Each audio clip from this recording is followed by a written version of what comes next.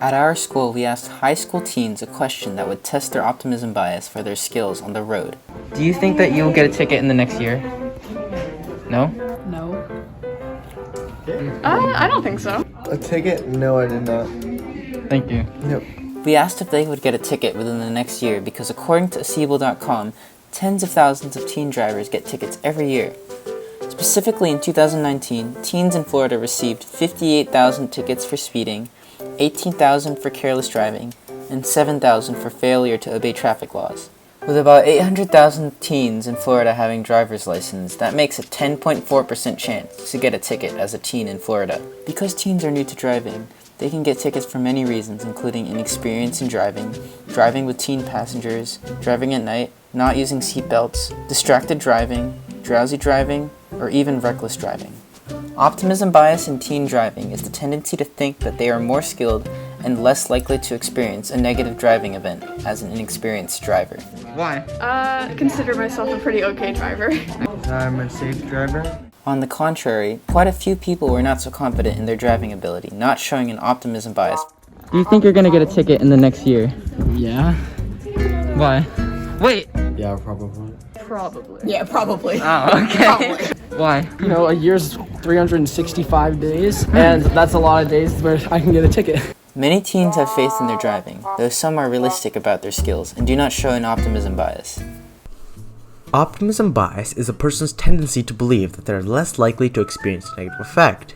Optimism bias makes us feel in control of our lives and things that happen to us. Optimism bias is essentially like seeing the glass half full.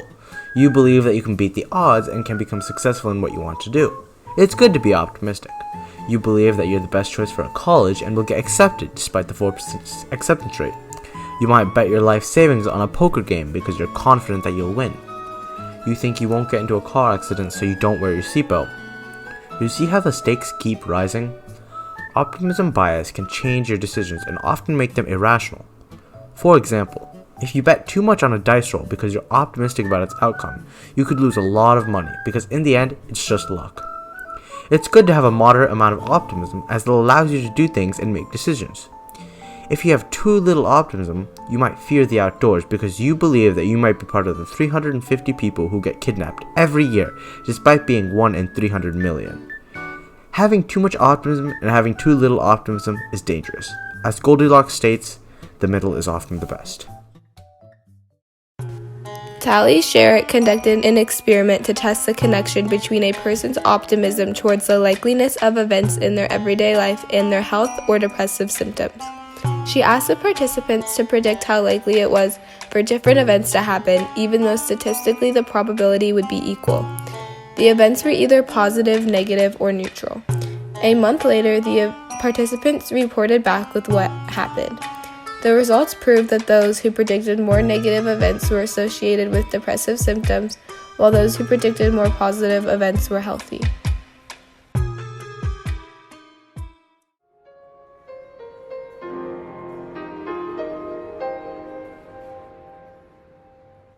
Optimism bias can cause your decisions to become irrational. Here's a tip to bypass optimism bias and always make a rational decision. Always weigh out the pros and the cons. By thinking of the ways a choice could go wrong, you end up making a more rational decision. If you have a big decision to make, always consider the different outcomes that could occur and make a level-headed decision based on those outcomes. Do you think that you're gonna get a ticket in the next year? Like, what kind of ticket? Okay.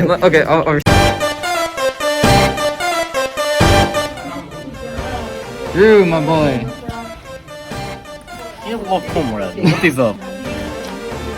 Just settle right now. Okay, I have a question for both of you guys. I'm on here? Yeah? I'm on here. Do you think you'll get a ticket in the next year? Oh my god, No. TC, you have to do it actually like a framed way. Do you guys think that your parents will get a ticket in the next year? No. You didn't let me finish it. I don't care. So, do you think that you'll get in a car accident in the next year? Oh no, sorry, wrong question. wait, I asked the wrong question. Do you think your parents will get a ticket in the next year? Like a driver's ticket? Yeah. No. Well, if they can't drive. Wait, your parents can't drive? Well, here, do you think you're gonna get a ticket in the next year? Yes. Yeah. Why? I can't drive. What? Imagine the sequel to your favorite movie, The Nut Job. They decide to go see it. Wow. He just loves the nut job. Yeah, wow. What a great... it's actually a real movie.